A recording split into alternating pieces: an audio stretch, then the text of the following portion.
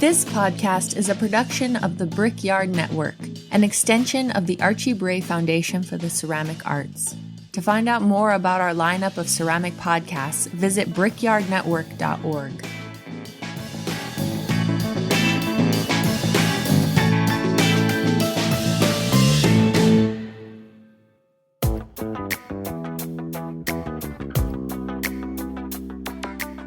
Hello, podcast fans. This is Jason Burnett from the Archie Bray Foundation. I'm here with two of this year's auction artists, Brooks Oliver and Dita Merritt, to tell you about our upcoming annual auction and fundraiser.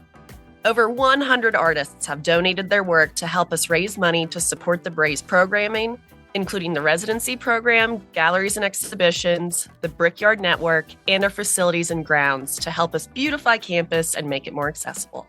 The auction opens online July 19th and runs until July 26th.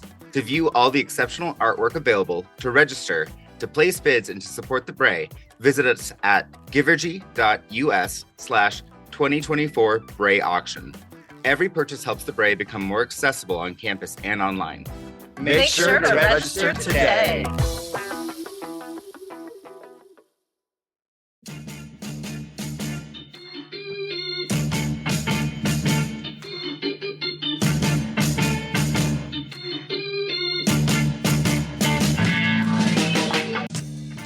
Welcome to the Tales of a Red Clay Rambler podcast, featuring interviews with culture makers from around the world. This is Ben Carter. I'm going to be your host. If you'd like more information on the show, please visit our website, talesofaredclayrambler.com.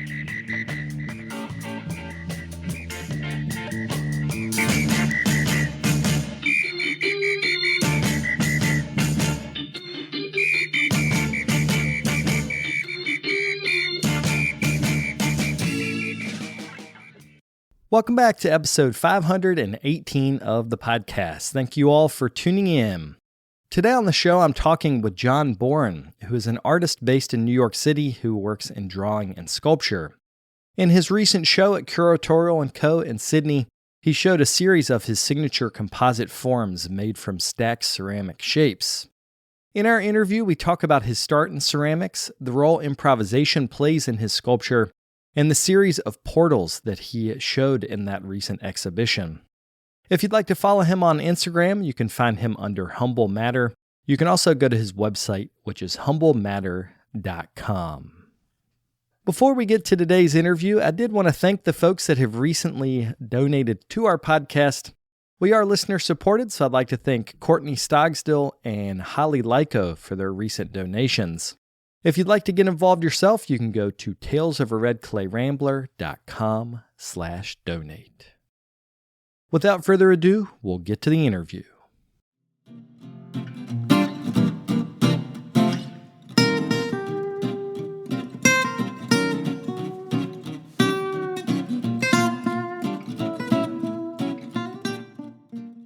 Let's start with just a biographical sketch. Like, where did you grow up? I grew up in Madison, Wisconsin, which is the capital of Wisconsin. We were just there recently because my son is going to be going to UW-Madison this fall. So we went there for kind of orientation and picking out your classes kind of thing.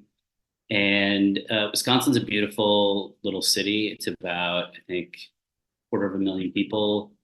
It's arranged around their 3 lakes that it's kind of built on. I guess you'd say it was sort of idyllic, middle-class childhood. And your first career was in advertising, right? Yes. Yeah. What was your interest in that? Like, how did that become a career? My interest in advertising basically grew out of the need to make some money. I moved to New York out of college with a couple of friends. And was just working kind of random retail jobs. And then through a connection from University of Wisconsin-Madison, a friend of mine found out about this place called Dudonay Paper Mill that still exists. At the time, it was in Soho. They were focused on making handmade paper for artists. They also had a small gallery at that time and a shop. and they needed somebody to help hang shows and sell stuff out of the shop. So that's what I was doing for quite a while, which I really enjoyed. And they were great. They were a great organization and lovely people, but I wasn't making enough money to kind of survive in New York. Kind of long story short, I through a bunch of the usual combination of coincidence and luck, and I got into advertising, which at first seemed great, because I think I tripled my salary from what I was making to my first job in advertising. So that kind of accomplished that goal. It's hard to, as probably a lot of people know, it's really hard to have a full-time job and also be an artist on the side. And I think that I talk to a lot of people, and it kind of goes back and forth. Is it good to have a creative job and be a creative? Is it better to have a job that is not creative at all because that's not taking up any of your creative mind space? But I think, like with most things, that just depends on the person. But eventually I kind of stopped making art for a couple of reasons. I was just didn't really feel like I had a clear vision of what I wanted to do. And also the job was kind of all subsuming. And that was a industry. I don't know if it's still like this, but at the time that was an industry that was really good at kind of taking advantage of people who had a high capacity for working really long hours all the time, which I was sort of doing. And because it's a client-driven industry, you're trying to please your clients all the time, and so it was very, or at least I found it very difficult to say no to things. It's sort of like, well, we have to get this done because it's due whenever, and everybody's here working. So that kind of took over my life. And then eventually I got married. We had a couple of kids, and it didn't make for a good home life. I was really unhappy doing it, which unfortunately kind of everybody was aware of. And so that was, it was kind of, it's hard to complain too much because it was a good job and I was making relatively speaking, a lot of money. And so I do, try to be cognizant of the fact that there were a lot of positive, privileged things that went along with having that job. It just wasn't like the right place for me. I know a lot of people love doing it and find it very fulfilling, but I never really did. And then eventually, my wife, who has always worked in from nonprofit arts to nonprofit social justice organizations, changed jobs and got this really big job at the Brooklyn. It was called the Brooklyn Community Foundation at the time. It's now called Brooklyn Org.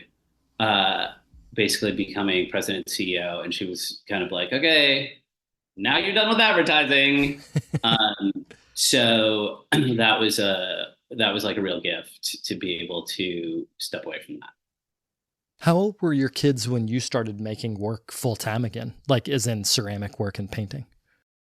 Like around 9 and 12-ish, 8 and 10, like kind of in there. I started making ceramics because my wife got me a class at Greenwich House Pottery one Christmas, sort of like art hobby while I was still in advertising. And I started there, as many people do. And it was like one of those things where I don't know if I want to say I felt like an immediate connection, but I really enjoyed it. And looking back on it, I think people always kind of ask, when the discussion sort of eventually floats around, like, why are ceramics special? What's special about ceramics, kind of. And I feel like even when you're not that good at it starting out, at least for me, one of the main things is you can have a vision of something in your mind, and then you can actually make that thing. And it's that kind of direct impact of being able to sort of visualize something and then make it appear in the world, depending on where your skill set is at that time to a more or less greater extent, I think is like incredibly satisfying. Because to me, it's different than painting or drawing. Because even though those are things inherently, we tend not to think of them as things so much. We sort of are like, well, they're art. But the thing about ceramics is you're actually making a tangible object. That's something that you can hold in your hands. And I think that's a really special experience. And I think for me, that was the connection, what connected me to it, because the thing about advertising is it's literally like you and 8,000 other chefs in the kitchen. It's never like one person, and it's this long drawn out process where you've got to go through all these iterations, and so many people are weighing in with their opinion, what they think is going to make it better. And I always said, so like when I was working with people, I'd be like, the ideas we have to come up with have to be so good that they have to survive this process. And if it's got to be an A+, because by the time we're done, it's going to be a C+, and that'll be success. It'll be like, oh, this is actually still pretty okay. That would just kind of like always drive me crazy, because you kind of see like things like winnowing away or getting whittled away, and it's always sort of like a little bit worse or not enough money to do that. And so by the time you're done, it was just didn't really reflect what it was. So here was a medium where you could kind of have an idea. You didn't have all this outside output. The only person you had to listen to about it was yourself. You got to decide the parameters. You got to, choose what it was going to look like, what color it was going to be, et cetera, et cetera. And that was amazing to me. It was like, it's kind of what you said before, that was a huge relief. Like, here I get to make something without all this other input. And if I think it's awful, it doesn't have to exist in the world. I can get rid of it. It's sort of like, so that, I think that for me at that time, even though the work I was making was be sort of worse than beginning ceramic work, that was super, super meaningful to me. We'll be right back after a quick word from our sponsors. Today's episode is brought to you by the Rosenfield Collection of Functional Ceramic Art. The collection exists as an online resource for research and inspiration, featuring photos of over 4,000 objects made by over 1,000 artists. The images are high quality and can be used with no permission required, making them a great resource for students and teachers. To find out more, visit rosenfieldcollection.com. Hey, this is Erin with Cornell Studio Supply, located in Dayton, Ohio, exclusive distributor of Jen Allen templates and Put a Lid on It t-shirts. We are a proud sponsor of this episode and the Brickyard Network. Find all your pottery and ceramic sculpture needs, including the largest stock of GR pottery forms at cornellstudiosupply.com. At Cornell Studio Supply, we are owned and operated for potters, by potters.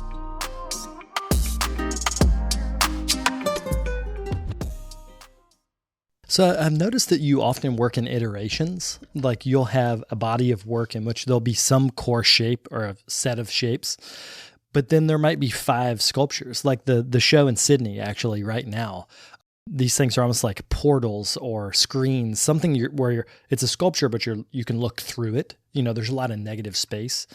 So all of those things have similarities, but each one is specific to itself. So how do your ideas sort of start as a core and then expand out into the body of work? Maybe the easiest way to answer this is to kind of talk about the way that I work. And when I started out, I'd taken a couple of semesters of ceramics in college, but I wasn't really interested in the class as ceramics. The school I went to didn't really have any sculpture classes, so I was just kind of using ceramics as like a de facto sculpture class. And so that was a 2-year school, and then when I eventually finished my degree, I was going to University of Wisconsin-Madison, which is a huge state school, which has unbelievable facilities. And they had really the great sculpture professor who I really connected with. So then I was like, I'm making sculpture. And then when I got back into ceramics, I had no ceramics. I was like anybody else, like off the street. I had no ceramic skills. It was like, start with a pinch pot. Da, da, da, da, da. And so the things I were making were admittedly awful. And I really wanted to figure out a way to, as I said, because I felt like all the things I did that were coming out of advertising, I just didn't like. And so I really wanted to find a way to be able to create something that I thought looked nice, that I could be like proud of and be like, I made this thing. So I kind of figured out this way of basically just using everyday dishes as press molds. So I'd like make a slab and take a bowl and press it into the bowl, and it would kind of harden up, and I'd take that out and take another slab and press into a bowl, and I could put them both together and be like, voila, I don't make moon jars, but oh, look, I just made a moon jar. Ta-da.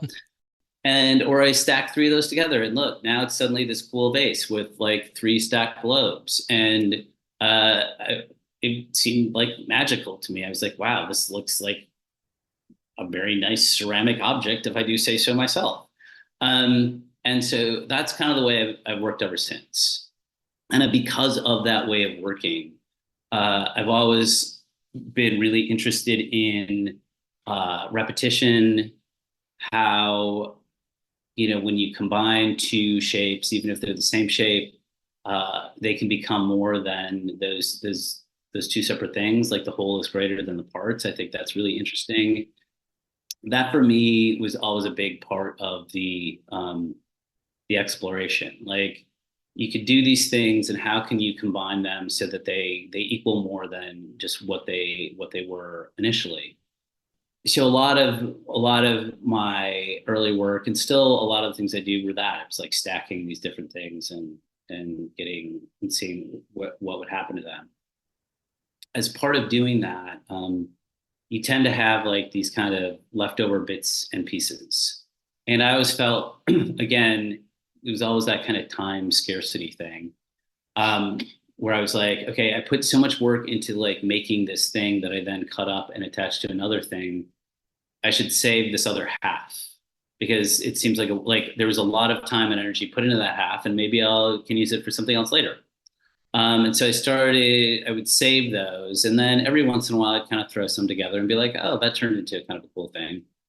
And so about 2 years ago, I was working on some pieces for a project, and kind of in between those pieces, I kind of started playing around with all these cast off bits, but in a totally different way than I had before. Like before, I was very kind of careful, like how would they fit together, and do they kind of combine to make an interesting shape? And at the time, I was just kind of like, I just need to do something. So it was almost slightly like busy work. So I was like, the most basic thing you can do is like create a tube. And so I would make a tube, and then I would just like attach these bits to the tube. And but then again, as part of that, like they kind of grew into more than a tube with bits attached. Like they became like things. It was that whole idea of this whole that has arrived is greater than the sum of its parts. So within that, there's always a lot of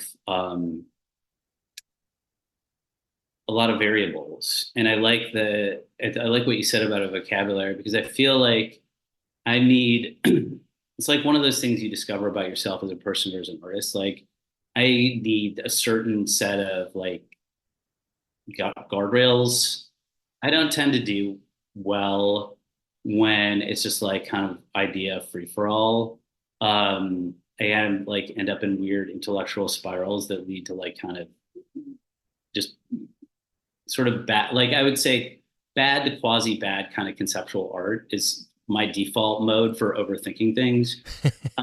So I try to avoid that. And that's why to me, there's like having like a certain set of shapes that you keep going back to or whatever is a good parameter, because that's like the thing that you're sort of like working against, right? You've set like the problem you set up for yourself is how do I combine these shapes in a way that I didn't combine them last week or the day after that? So yeah, it is essentially, I would say my work is really in that regard, like a very superficial, I would say formalist exploration. But the thing that I personally kind of come back to that I feel like a lot of people do in their work is what is the meaning kind of beyond that. And so as I kind of work through things, I try not to think too much about what exactly it is I think I'm doing at the time. There was I don't know if you've ever read the book of Philip Guston, like interviews. I haven't. Oh, it's Guston, Collected Writings, Lectures, and Conversations. And he talks about when he's painting, he talks about basically trying to get out of yourself and let this thing that he calls like the other take over in terms of what you're doing, which I thought was really interesting, which I guess is a way of like trying to find a way to connect with your subconscious so that that's really kind of what's pushing your thing. Which I guess was the reason why he would do these like crazy marathon, like painting sessions and keep like pushing things around, scraping it off and going through all these myriad changes in order to kind of finally push his conscious self away and kind of let, I guess, his unconscious and take over and do what he's doing. And so I thought that was a really interesting idea. And I wouldn't say that I'm necessarily doing that while I'm working, but I will say that I'm not pushing too hard at an end goal, because then I like to step back and especially if it's a group of works or something, I'm kind of like, well, where was I kind of emotionally speaking as I was working on this? Because I tend to be very focused when I'm working on something. And so I need the space to kind of step back and be like, oh, maybe that's where that came from. So I think that's what I would say. I think, and maybe you just want to cut all that out. I think it's a two-part thing. It's as kind of this combination of superficial, not superficial in that it's meaningless, but on the first thing that greets you, like when you come in the door, kind of like that's the first thing you see. Kind of exploration of like a formal exploration of shape and color and how those two things work together. And that's sort of the intellectual part of my brain. And then the other part is the kind of subconscious, more emotional, there was part of your head working in the background, part of your emotional intelligence working in the background while you're working on this. And what was that focused on that you didn't know at the time? And like, to me, those are the two kind of things that come together to form the work. What some of the work does is formally you're defying gravity. So things are stacked in a way that you can't tell if they're solid, like they're not going to fall over, but they're stacked in a way that is not efficient in the way that you would say stack in a grocery store cans on an aisle where everything is like vertical and lined up. A lot of these sculptures, things are tilted off axis, shapes connect to another shape so that it's like cantilevers out, but then there's something else holding it up. It's a little bit of a house of cards type building style. So they have this sense of being a portal or a screen so that you could look through something. But then the way you're using color establishes kind of overall blocking of shapes within the bigger whole. And that seems like the language of drawing. So it seems like you're kind of going back and forth between the language of sculpture and the language of drawing. Thank you. I love that kind of description of going back and forth between those two things. I think that definitely kind of connects to where they started. As I said, my comfort zone in terms of working and drawing. I don't know that I would have necessarily thought of that, so I think that's really interesting. I think the thing I liked about the idea of the screen, to a certain extent, any sculptural piece takes on the environment it's in, but in this case, it really there's a little bit more of an interplay, or there could be more of a push and pull because you are looking through it, and then how that interacts in those negative spaces, and depending on where it is, the negative spaces will change, depending on whatever the background behind it is, or as the light moves through, those things will keep evolving. Can you tell us where it's at in Sydney and how long it'll be up? The show's at Curatorial and Code. Actually, it closed last weekend.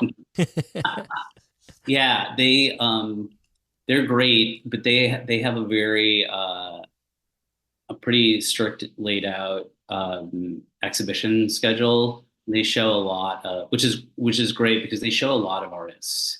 And they show, I think, I don't know offhand, but it feels like maybe 90% Australian artists, which seems obvious, but also I think importantly, also I feel like 80 or 90% of their artists are women, which is a conscious choice on their part.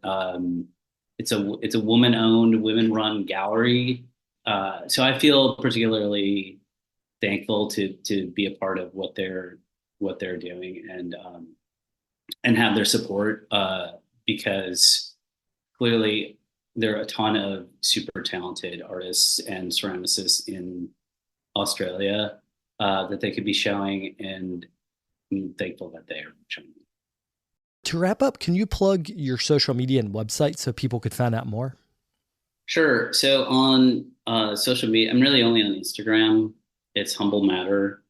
And my website is humblematter.com. It really hasn't been updated in about 5 years, maybe. But basically right now it sort of exists. You can email me inquiries about the work if you want to. But pretty much everything that I do gets posted ultimately on Instagram anyway. So that's really the best kind of repository if you're interested in seeing what I'm doing. Well, thanks so much, man. It's been a pleasure. Yeah, thank you. I appreciate it.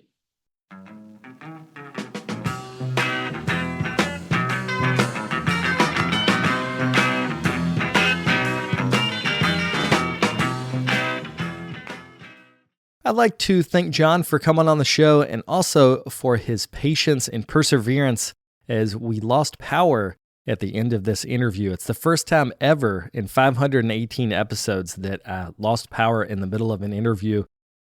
If you'd like to check out work from his recent show, that's online at curatorialandco.com.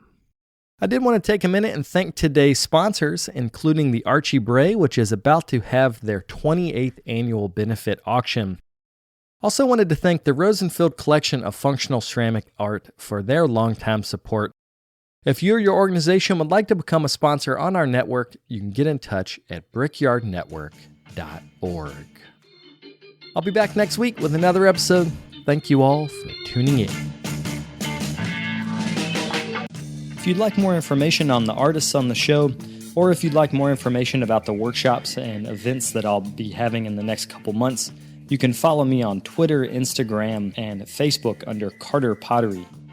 Another great way to support the show is to leave me a comment on iTunes. To do that, search Tales of a Red Clay Rambler under iTunes Podcasts, and you'll find a page that's linked to our show. Thank you guys for the support.